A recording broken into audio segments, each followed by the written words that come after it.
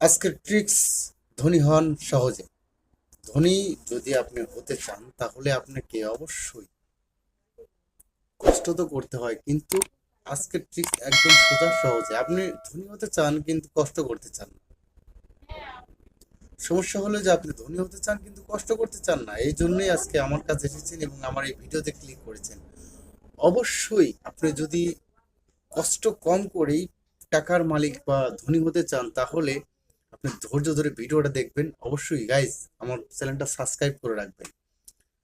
চলুন, এখন বিষয়টা হলো যে আপনি যদি ধনী হতে চান কিন্তু আপনি পরিশ্রম করতে চান না, এটাই হলো বড় বিষয়। সেটা হলো যে আপনি তাহলে আপনাকে টাকা দিয়ে টাকা তৈরি করতে হবে। টাকার জন্য নিজে পরিশ্রম করলে হবে না, টাকা ইনভেস্ট করে টাকা দিয়ে টাকা বানানোর পদ্ধতি শিখতে হবে। আর যদি এই পদ্ধতি আপনি একবার শিখে যান, আর যদি এই রাস্তাটা আপনি চিনে যান, তাহলে আপনাকে কেউ ঠেকাতে পারবে না। আমি গ্যারান্টি দিচ্ছি, তাহলে আপনাকে কেউ ঠেকাতে পারবে না। দেখুন, আমরা সচরাচর সবাই টাকার জন্য কাজ করি, কিন্তু ধনীরা টাকার জন্য কাজ করে না, টাকা তাদের হয়ে কাজ করে।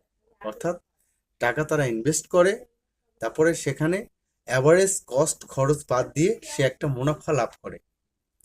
ধরেন যে যদি কেউ চাতাল করতে চায় তাহলে সে অ্যাভারেজ খরচ ধরে, লেবার খরচ, তারপরে ক্যারিং খরচ, তারপরে আপনার সেই জিনিসটা ক্রয় করার খরচ, ট্যাক্স ভ্যাট সমস্ত কিছু বাদ দিয়ে সে একটা মুনাফা অর্জন করে।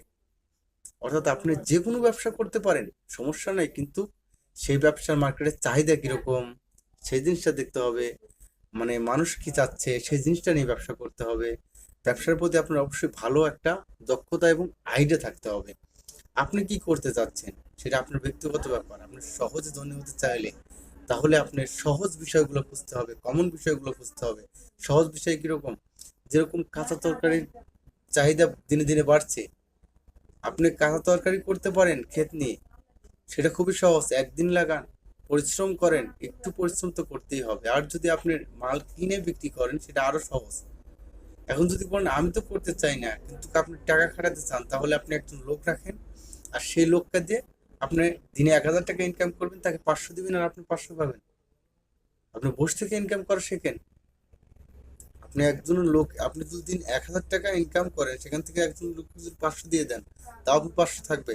আপনি দেখেন বাজারে কি চাহিদা ভালো, তাহলেই আপনি কিন্তু বসে থেকে ইনকাম করতে পারবেন।